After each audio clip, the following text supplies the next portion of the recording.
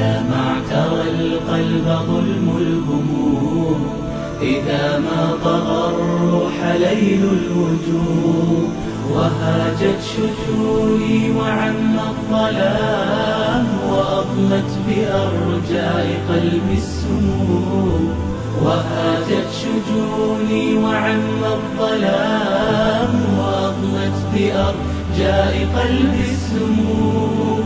هرعت إلى رب هذا الوجود لأشكو جروحي ومر الهموم، وأبدى صلاتي بصوت نحيب، فيذريف دمعي بحب كتوم، وأركع أحكي قدوم الضباب على القلب والحزن حولي يحوم، وأبدى صلاتي بصوت نحيب، فيذريف دمعي بحب كتوم، وأركع وأحكي قدوم الضباب على القلب والحزن حولي يحوم.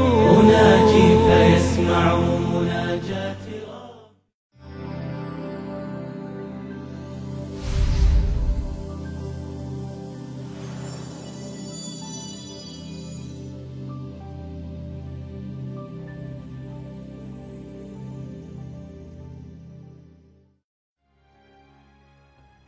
Kader değişir mi?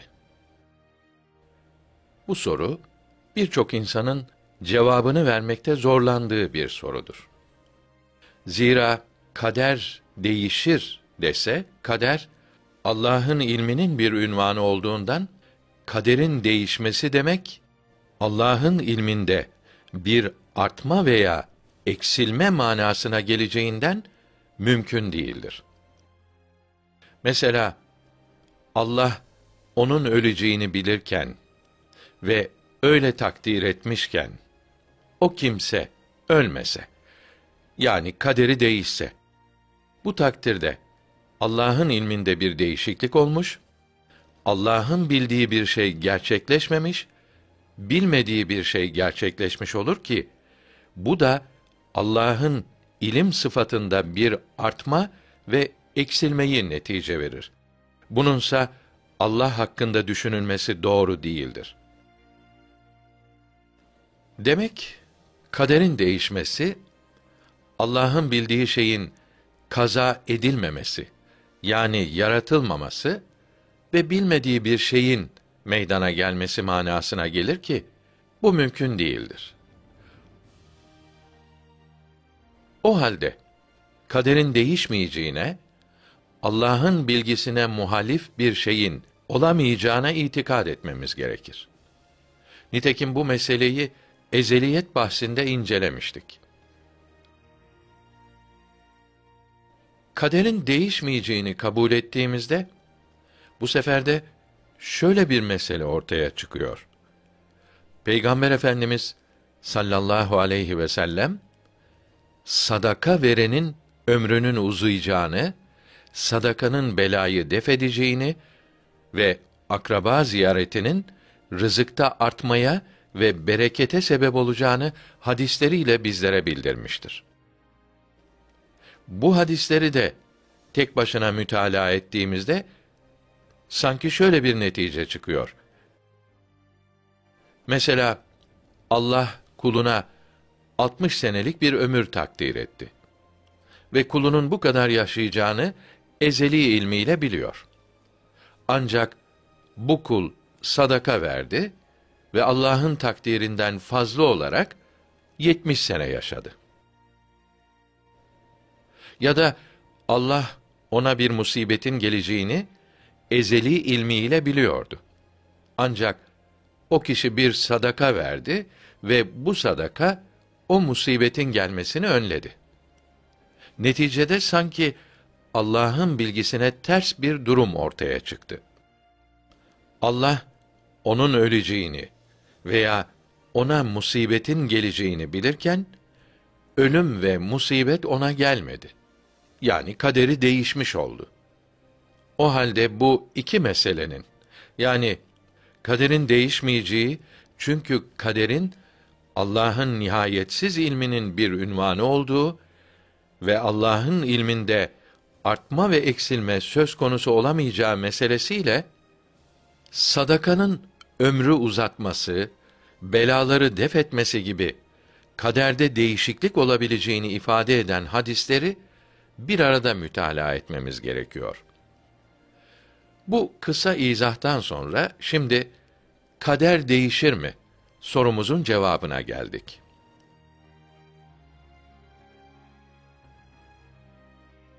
Allah'ın iki farklı kader defteri vardır. Bunlardan bir tanesi levh-i mahf-ı ispattır. Diğeri ise levh-i mahf-ı azamdır.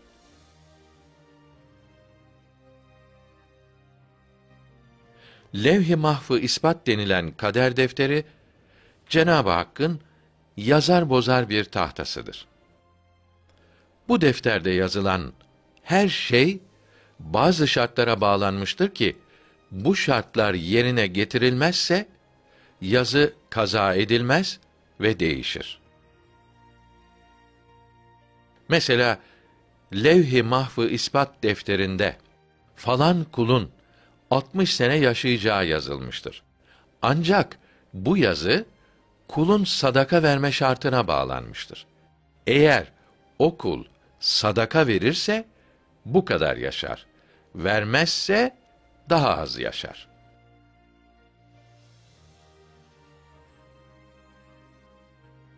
Ya da ispat levhasındaki yazı şöyledir: falanca kul kalp ameliyatı olursa 70 sene yaşayacak. Olmazsa 60 sene yaşayacak. Bu kul hangi şartı yerine getirirse o şartın neticesi kaza edilip diğer yazı silinmektedir.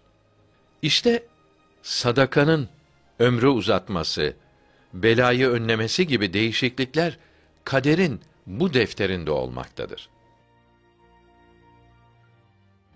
Allah o kuluna bu defterde bir bela yazmış ve bu belanın gelmesini sadaka vermemesi şartına bağlamıştır. O kul sadaka verdiğinde belanın şartı meydana gelmediğinden yazı silinir ve musibetin gelmesi o kul hakkında kaza edilmez.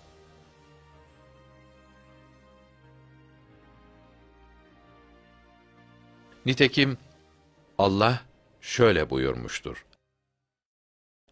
Allah dilediği şeyi mahveder, dilediğini sabit kılar. Kitabın aslı olan levh-i mahfuz onun katındadır. Bu ayette belirtilen Allah'ın dilediği şeyi mahvetmesi, yani yaratmamasıyla yapılan değişiklik bu levhada olmaktadır. Demek bu ayet bize değişen kader levhası olan levh-i mahf-ı ispattan haber vermektedir. Kaderin bu levhasında değişiklik olurken ve bu defterdeki yazıların meydana gelmesi bazı şartlara bağlanmışken, kaderin diğer defteri olan levh-i mahf-ı azamdaysa hiçbir değişiklik olmamaktadır. Yani misalimizdeki kulun sadaka verip vermeyeceği, kalp ameliyatı olup olmayacağı, akraba ziyareti yapıp yapmayacağı gibi hususlar Allah'ın ezeli ilmiyle bilindiğinden dolayı Allah değişmeyecek en son neticeyi bu levhaya yazmıştır.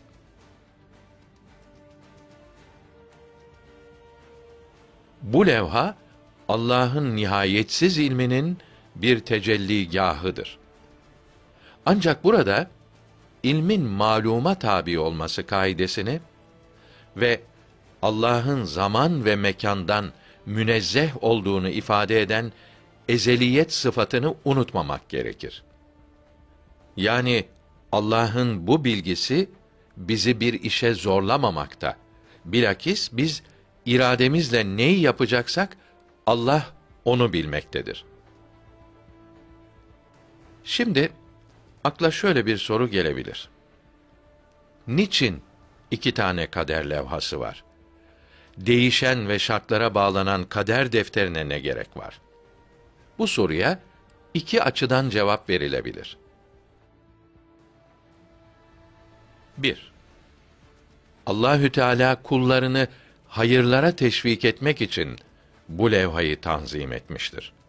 Kul, Allah'ın kendi hakkındaki ezeli takdirini ve değişmeyen kader defteri olan Levh-i Mahf-ı Azam'daki yazının ne olduğunu bilmediğinden, kaderin değişen bu levhasını dikkate alarak, bereketli bir ömre sahip olmak veya musibetleri def etmek gibi maksatlar için sadaka vermeye, akraba ziyareti yapmaya ve diğer hayırlara koşar.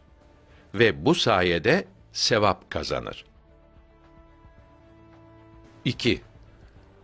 Allahü Teala bu levhayla kullarını tembellikten kurtarmak ve hikmet dünyasında yaşadıkları için onları sebeplere yapışmaya teşvik etmek istemiştir. Bu sayede Allah'ın ezeli takdirinin ne olduğunu bilmeyen kul, daha uzun yaşamak için ameliyat olur. Sağlıklı olmak için spor yapar.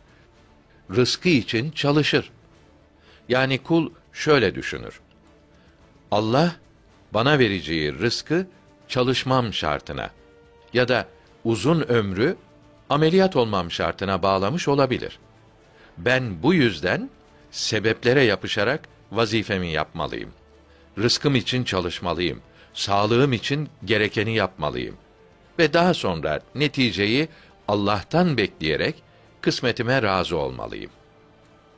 İşte bu düşünceyle kul sebeplere yapışarak tembellikten kurtulur.